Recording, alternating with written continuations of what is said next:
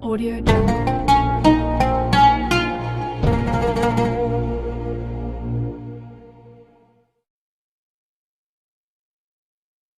Al-hamah al-waqi'iyah allati yamurru biha insan au jama'ah au qaum au ummah au daulah takunu ibratan lil ajyalil qadimah wal mustaqbalah, yang artinya adalah kejadian yang telah dilewati oleh seorang manusia ataupun jamaah kelompok, ya, ataupun kaum ataupun umat, ya, ataupun satu negara daulah, takunu ibratan lil ajyalil qadimati wal mustaqbalah, di mana menjadi pelajaran, ibrah, ya, ibratan li ulil albab, ya kan, kita sering mendengar lafaz itu, ya, berarti pelajaran bagi siapa saja yang mau berpikir. Nah, di sini ibratan lil ajyalil qadimah wal mustaqbalah, sebagai pelajaran untuk generasi-generasi yang akan datang. Di sini kita tahu berarti belajar sejarah itu amat sangat penting sekali, dan juga diiakan oleh seorang syair, ya, syairun Nil, yang bernama Ahmad Syauqi, di mana beliau mengatakan di dalam syairnya, iqra'it tarikh idh fihil ibar, bacalah sejarah karena di dalamnya ada banyak sekali pelajaran. Dhalla qaumun fi hayatihim laisa yadrunal khabar, banyak sekali, ya, kaum atau kelompok yang di dalam kehidupannya itu tersesat dikarenakan mereka tidak tahu kabar, tidak tahu berita. Berarti apa? Berarti di dalam sejarah itu banyak sekali berita-berita.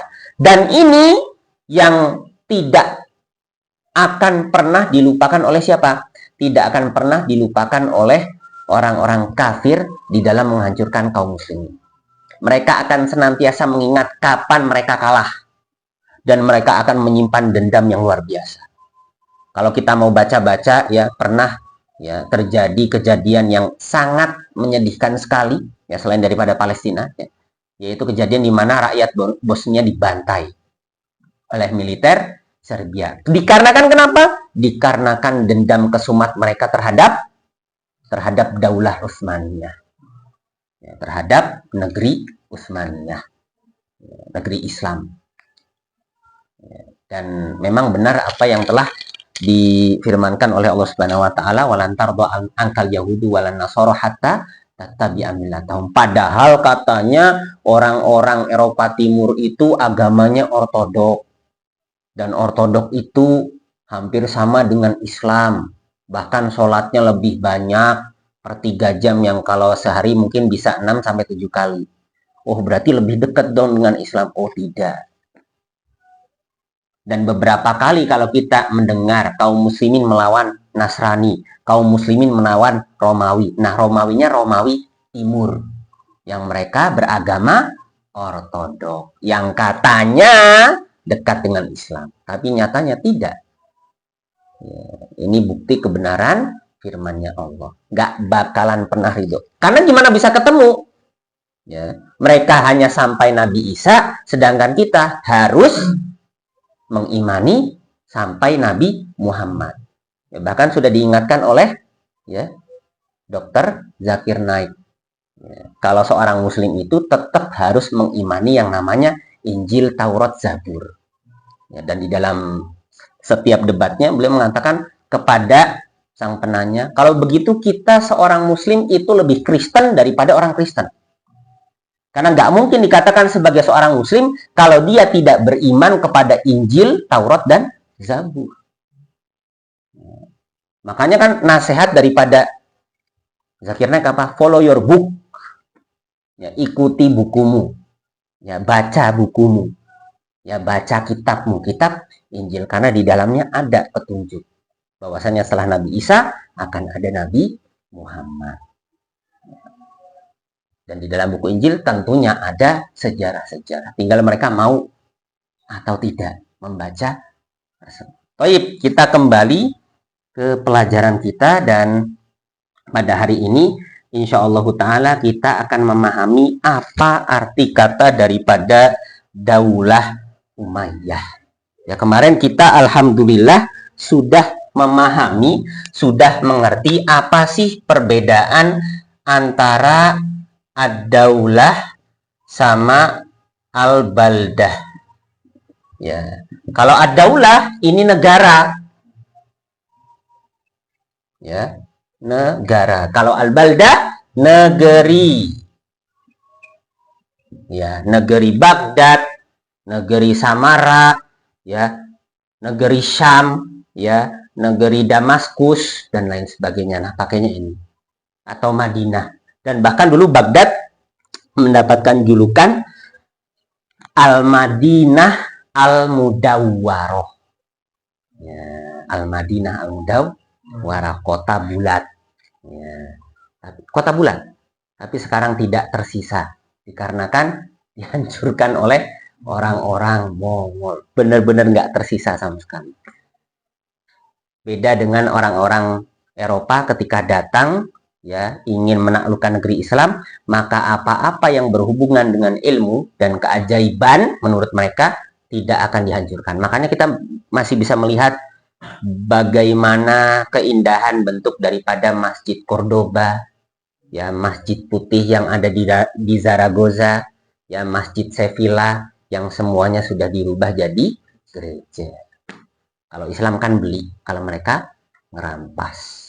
Ya, huwilat ilal kanisa atau kanais. Ya, sudah dirubah kepada bentuk gereja. Nah, kemarin kita alhamdulillah sudah tahu apa arti kata daripada daulah dan baldah. Daulah itu negara, kalau baldah itu negeri. Nah, sekarang ketika kita mendengar kata ad-daulah al-Umayyah. Ya. Apa itu ad-daulah al-Umayyah? Masya Allah, ya, kami dulu belajar dari Ustadz Bakhtiar, ya, Ustadz Wahyudi Bakhtiar, bahwasanya daulah Umayyah ini artiannya ada tiga. Artiannya ada tiga, yaitu yang pertama adalah, ya, di sini saya akan tuliskan, ya, daulah allati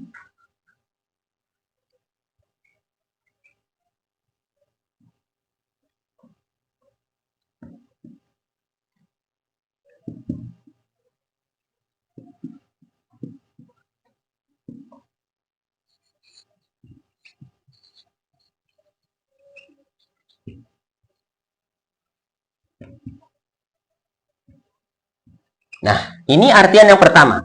Daulah Umayyah adalah hiya daulah allati assasaha Muawiyah ibn Sufyan, bukan Ibn Sufyan, ya, Ibn Abi Sufyan, mohon maaf.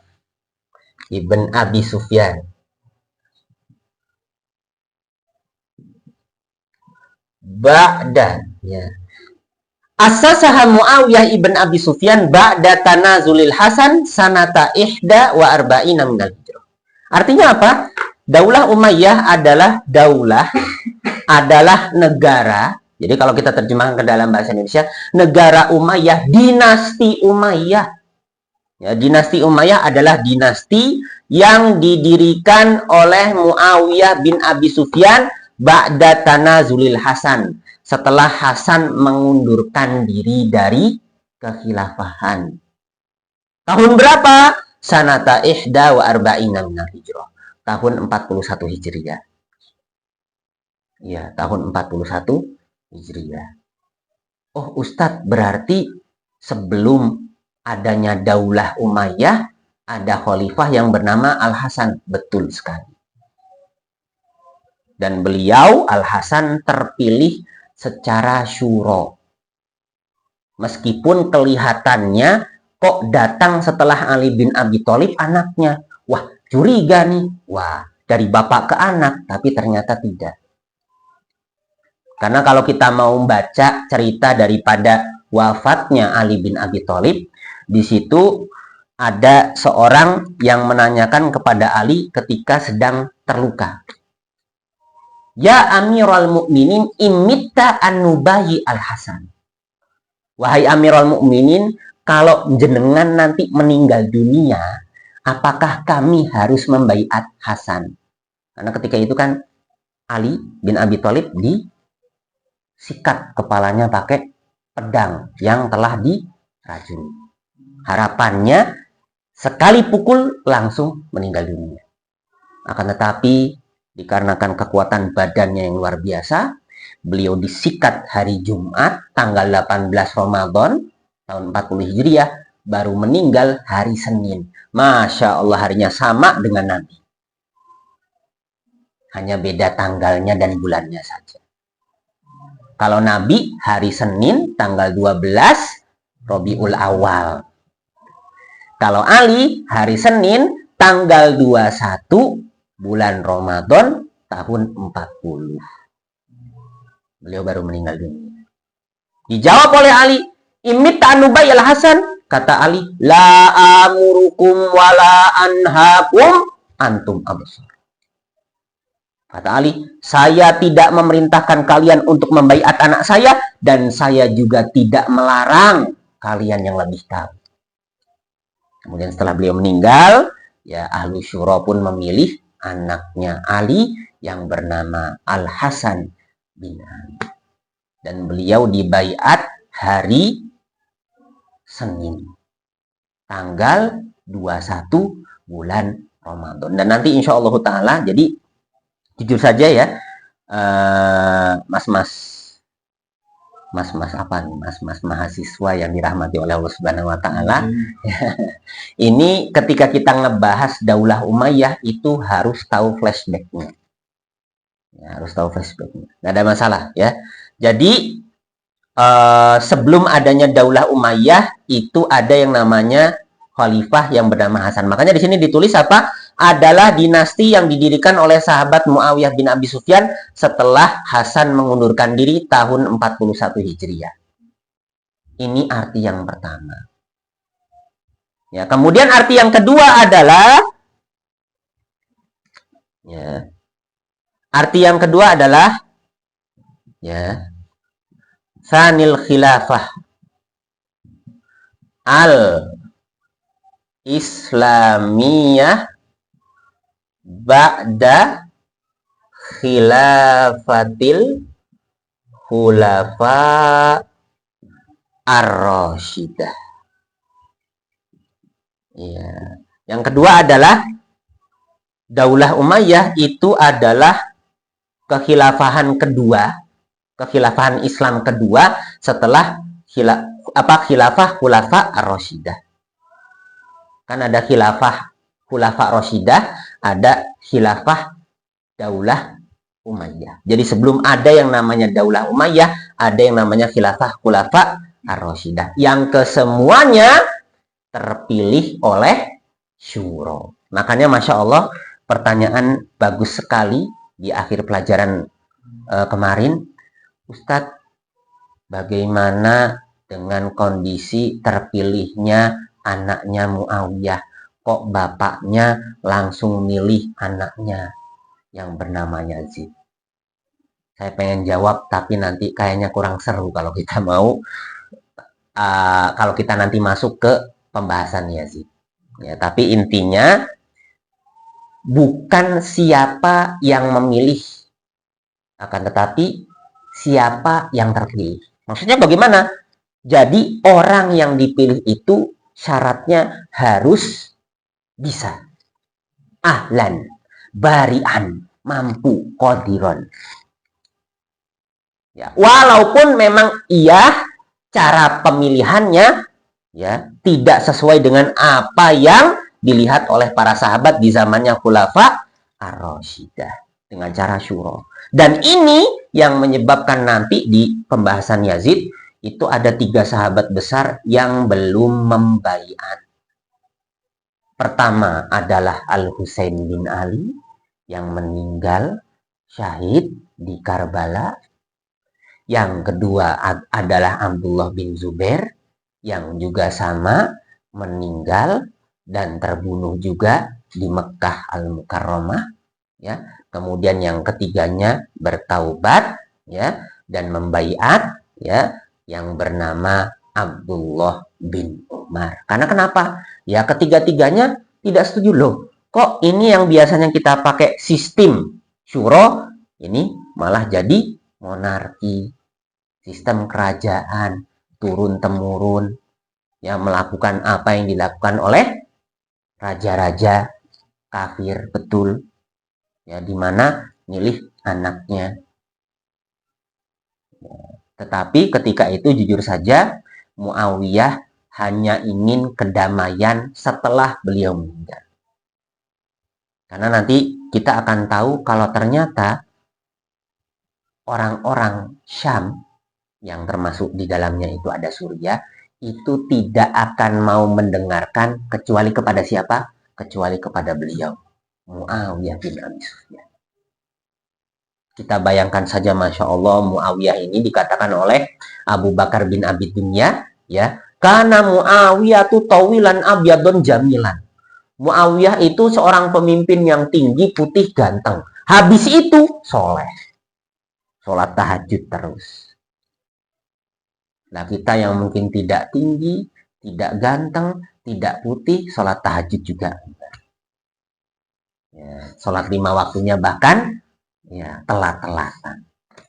Ya, seperti itu. Ya, bagaimana orang-orang Syam tidak PW dengan beliau. Jelas-jelas ya, mereka nggak mau, pokoknya harus Muawiyah. Makanya ya sempat mau terjadi perang antara Muawiyah dengan Al-Hasan. Ya, tadinya sempat mau perang, tapi Masya Allah beliau mendapatkan doa dari Nabi. Yang kemarin sama-sama doanya sudah kita dengar, yaitu Inna bni hada sayyid. Cucu saya nanti ini akan menjadi seorang pemimpin, akan menjadi seorang sayyid, pemimpin yang bijak. Fala'allallaha an yusliha bihi baina fi'ataini 'azimatai minal muslimin.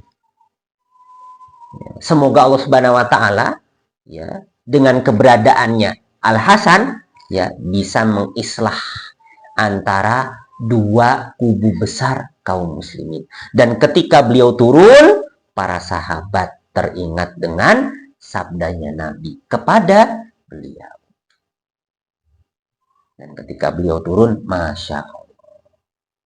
Ya, akhirnya apa? Ya, orang-orang Irak menurut kepada Muawiyah bin Abi Sufyan dan bersatu kembali.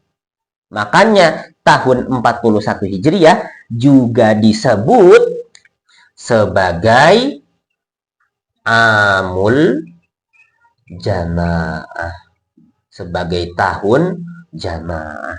Apa tahun jamaah? Ya, tahun persatuan. Ya, Amul Jamaah. Dan nanti kita akan tahu apa sih arti kata daripada Amul Jamaah. Seperti itu. Naam. Ini dua arti. Ya, kemudian arti yang ketiga adalah ya. Ini saya hapus enggak apa-apa? Enggak apa-apa. Ya. Oh iya kan direkam ya.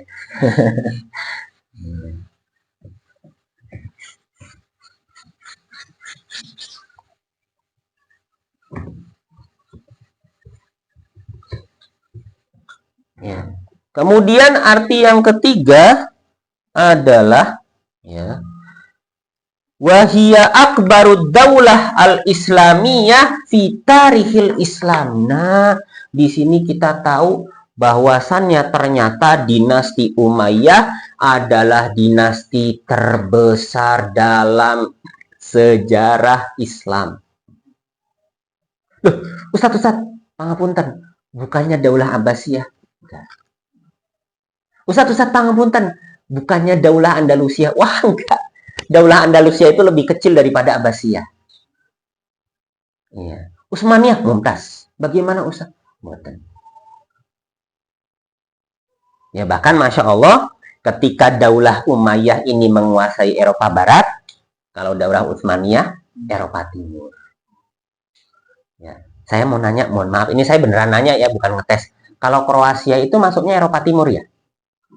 Kroasia. Masuknya Eropa Timur nih. Nah, betul berarti. Karena Sulaiman Al-Qanuni, ya, khalifah kedua, ya, khalifah Al-Abbasi, Al-Utsmaniyah yang kedua. Loh, nek Muhammad Al-Fatih pripun? Bukan. Beliau ketika itu bukan seorang khalifah, melainkan hanya seorang sultan. Tahun 1452 itu Abbasiyah masih ada. Meskipun memang betul tahun 1200 sekian Abbasiyah dikatakan sudah lenyap dengan lenyapnya Baghdad. Dengan lenyapnya Baghdad. Yang alhamdulillahnya kaum muslimin berhasil mengalahkan pasukan Mongol di Ain Jalut. Oleh siapa? Oleh Saifuddin Qutuz. Ya, yang mana istrinya juga ikut. Wah, ini nek panjenengan nanti sudah menikah, ya, kemudian punya anak perempuan, ada nama yang keren. Siapa? Istrinya namanya Julanar. Ya, Julanar.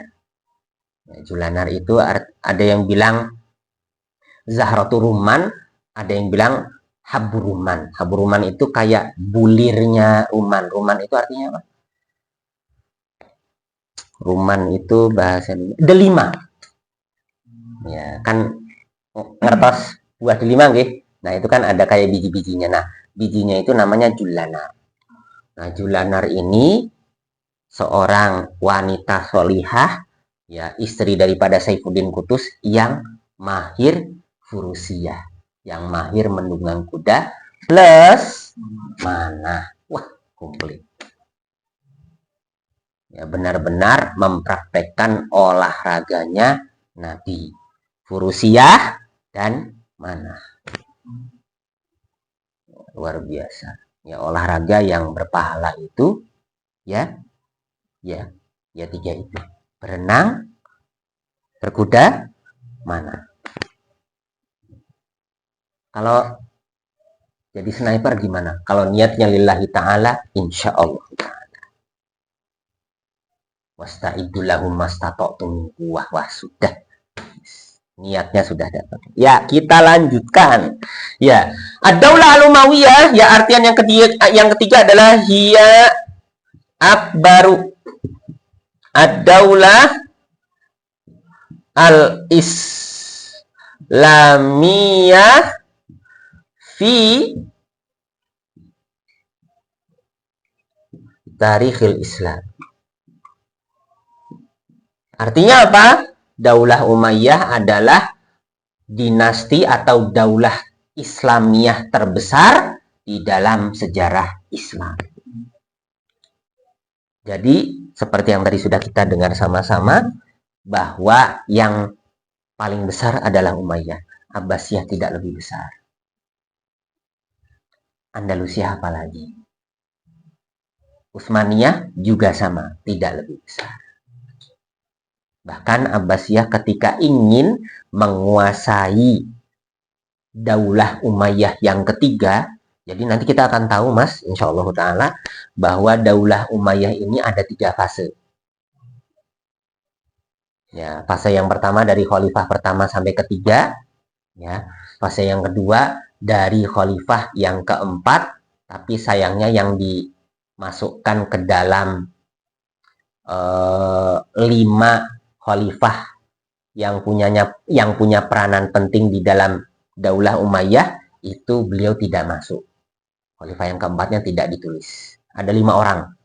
Pertama Muawiyah, yang kedua Abdul Malik bin Marwan, ya, yang ketiganya adalah anaknya Al-Walid bin Abdul Malik yang membuat kuburannya Nabi masuk area masjid. Ya, itu Al-Walid. Kemudian yang keempat, Masya Allah, sampai mendapatkan julukan khalifah yang kelima. Siapa? Umar bin Abdul Aziz. Bahkan sampai ada yang berani bilang kalau Umar itu lebih afdol daripada Muawiyah. Waduh, ampun, jangan. Karena kalau dilihat dari kedudukan Muawiyah sahabat, Umar bin Abdul Aziz seorang tabi'in. Masa iya tabi'in lebih afdol daripada seorang sahabat? Lah pripun. Kemudian yang kelima, yang terakhir adalah Hisham bin Abdul Malik. Makanya nama Abdul Malik ini, ya, mendapatkan julukan sebagai Abul Umaro atau Abul Khulafa. Bapaknya pemimpin, bapaknya khulafa. Karena kenapa? 4 anaknya jadi khalifah semua. Yang satu khalifah ke-6, yang satu khalifah ke-7, yang satu 9, yang satunya lagi khalifah 10. Dan ada anaknya yang nggak mau jadi khalifah. Namanya Maslamah. Dan beliau yang berusaha untuk melanjutkan membebaskan kota Konstantinopel, akan tetapi Allah Subhanahu wa taala belum izinkan. Latuf tahannal Konstantinia. Usaha yang pertama Muawiyah. Muawiyahnya sudah hapus ya. Muawiyah. Akan tetapi Allah Subhanahu wa taala belum izinkan. Bahkan banyak daripada pejuang Islam yang terbakar oleh api Yunani. Api Yunani itu dikatakan api yang tidak bisa mati oleh air. Matinya sama apa? Sama pasir baru mati. Keren ya, api Yunani. Bahasa Arabnya An-Nar Al-Igriqiyah. Nanti insya Allah ta'ala kita akan tuliskan. Ya, ini 3 artinya. Yang pertama, hiya daulah allati asasaha Muawiyah ibn Abi Sufyan ba'da tanazulil Hasan sanata ihda wa arba'in. Ya, yang kedua adalah Tsanil Khilafah al-Islamiyah ba'da Khilafatil Khulafa ar-Rasyidah. Ya, khilafah yang kedua setelah Khilafah Rasyidah. Yang ketiga adalah ya Ad-Daulah Akbar Ad-Daulah al-Islamiyah di Tarikhil Islam. Ya, dinasti yang paling besar di dalam sejarah Islam. Dinasti Islam yang paling besar di dalam sejarah Islam. Sampai sini ada yang ingin ditanyakan sebelum kita lanjut. Kenapa kok Daulah Umayyah dinamakan sebagai Daulah Umayyah? Dari sini kita langsung berpikir, kenapa ya kok orang-orang Indonesia tidak semuanya kayak Hamengkubuwono? Maksudipun pripun, Ustaz? Beliau sangat memperhatikan yang namanya nasab. Jal, sekarang kita coba berkaca pada diri kita. Ketika kita nanya, Bapak, Pak, namine Mbah sinten? Atau bahkan kita tahu, nama mbahnya antum siapa? Dari pihak Bapak. Oh, fulan. Oke, bapaknya Mbah, langsung nggak tahu. Padahal bapaknya Mbah, langsung nggak tahu. Kalau orang Arab, itu nggak apa 5 aib. Jadi mereka pertama harus tahu bapaknya siapa, bapaknya bapak, ya kakek, bapaknya bapak, ya habis itu kakeknya, ya habis itu bapaknya kakek, ya bapaknya kakek, harus tahu. Ya, itu harus hafal. Nah, ini perbedaan kita dengan orang-orang Arab. Hanya sebagian dari kita yang tahu benar-benar ya nasabnya. Jangankan manusia, hewan aja ada nasabnya di mereka. Benar, hewan itu ada nasabnya, dijaga nasabnya. Nah, ini kekurangan daripada kita orang Indonesia, nggak jaga nasab. Nah, di alasan, di pertanyaan, kenapa kok Daulah Umayyah disebut sebagai Daulah Umayyah? Ya ada hubungannya dengan ini. Kenapa kok Daulah Umayyah dinamakan sebagai Daulah Umayyah? Atau bahkan dinasti Umayyah, Bani Umayyah, anak-anaknya Umayyah? Ya karena kembali kepada Umayyah. Umayyah Ibn Abdi Syams, Ibn Abdi Manaf, Ibn Qusay, Ibn Kilab. Loh, pangapunten Ustaz, kok nyampe ke Abdi Manaf? Iya. Monggo nek Arab, nek mau azan dulu. Kita dengarkan azan dulu. Kita kembali mulai. Alhamdulillah tadi kita sudah sampai kepada makna yang ketiga dari makna Daulah Umayyah, yaitu Daulah Umayyah adalah daulah Islamiyah terbesar di dalam sejarah Islam. Dan nanti kita akan tahu hududnya, batas-batas wilayahnya yang Masya Allah kita nggak bisa bayangkan betapa luar biasa capeknya, betapa luar biasa usaha yang dihadirkan oleh Umar bin Abdul Aziz. Ini gimana coba caranya kok bisa seperti itu? Negara seluas itu yang jadi pemimpin satu. Dan Masya Allah, tersebar keamanan, tersebar rasa nyaman. Dan itu juga yang membuat takjub Safir. Ya, Safir itu kayak dubes mungkin ya kalau zaman sekarang. Kayak konsul, ya kayak konsul, kayak konsulat ya, kayak pokoknya utusan Romawi lah yang kaget melihat keadaan Umar. Sampai beliau mengatakan walakin mal ajab annaka ya Umar adalta fa'aminta wanita. Kaget melihat Umar yang tidur hanya beralaskan apa? Tikar ya di bawah pohon. Dan bisa tidur super nyenyak yang mana si konsul ini nggak pernah melihat seorang amir, seorang raja yang bisa tidur dengan senyenyak ini. Karena kenapa? Kedoliman yang telah mereka lakukan. Nah terus kalau tidur, ya mohon maaf, mungkin karena habis capek berpesta dengan para selirnya, dengan para bidu wanitanya, atau habis khomer. Capek, tidur. Dan Masya Allah si Safir ini, si konsul dari Romawi ini, ketika melihat ini, saya belum pernah melihat tidur yang senyak ini. Tapi tidak heran, anak kayak Umar adal tafa aminta wa wanita. Engkau telah berbuat adil, sehingga engkau pun merasa aman, dan engkau pun bisa tidur nyenyak. Ya, bisa tidur, dan tidurnya Umar tidak banyak.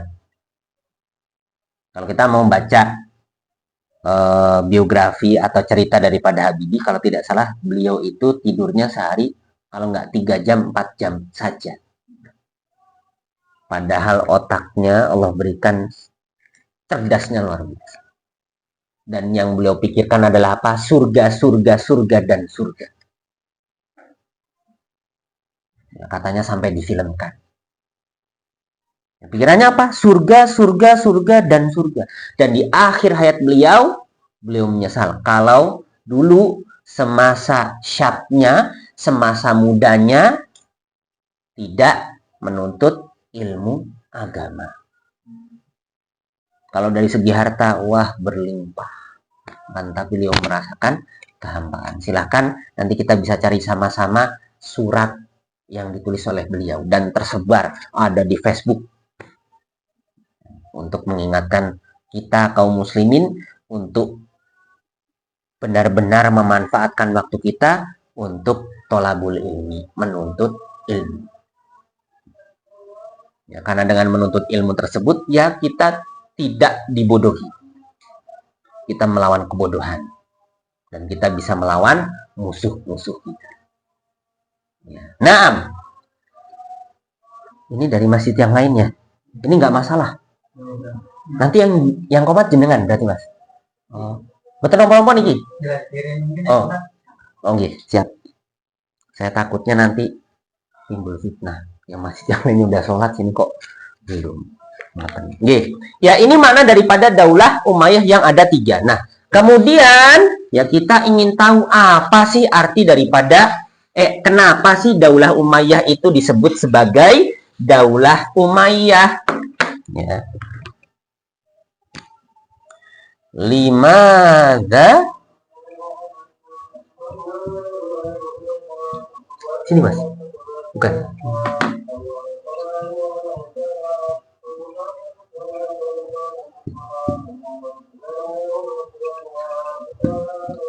Limadza sumiyat ad-daulatu al-umayyatu biha? Kenapa kok Daulah Umayyah dinamakan sebagai Daulah Umayyah?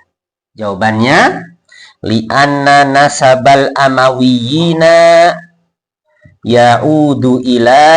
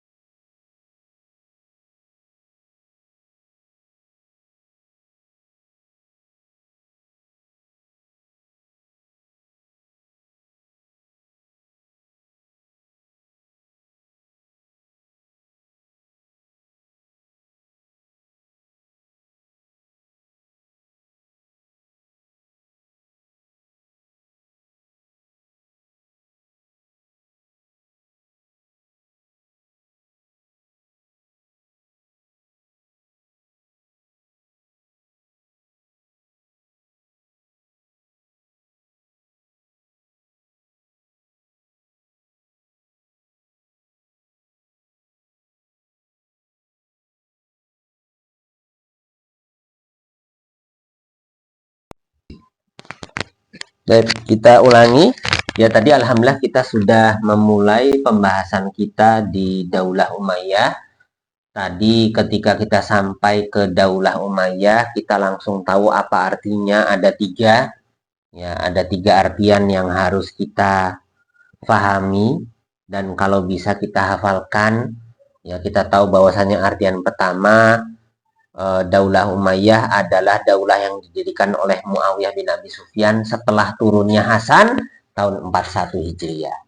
Kemudian yang kedua adalah dia adalah kekhilafahan Islam yang kedua setelah khilafah Khulafa Ar-Rasyidah. Kemudian yang ketiga adalah dia adalah dinasti Islam terbesar di dalam sejarah Islam. Ya, jadi dia lebih besar dari Daulah Abbasiyah, lebih besar juga dari Andalusia, dan lebih besar juga dari Daulah Utsmaniyah yang